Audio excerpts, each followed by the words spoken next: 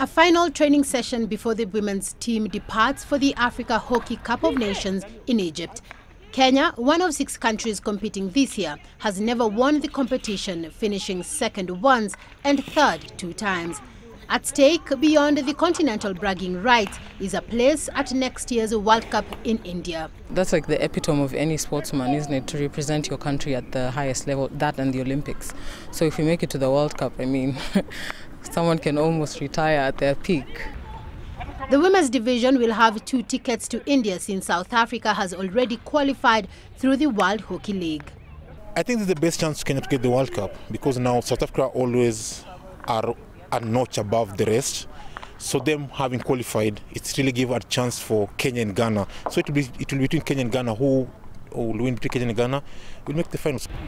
Success for Kenya will not come easily. Already, the women's team is missing some key players.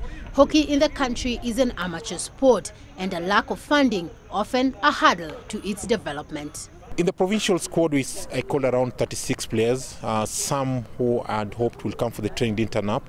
So that slightly affects, as a coach, it affects the selection. Most of them are students playing for institution clubs, university clubs. And now, them being students, there's the challenge of fare coming to training. You know, we have to go to work and then make time to come and train. After your brain is tired, you're physically tired. Sometimes we are not highly motivated, whether it's from the government or it's internal.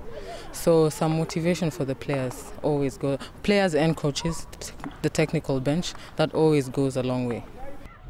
Kenya's continental club participation has been consistent. This year, the country produced the women's champion, but translating those results to the national team has been a challenge.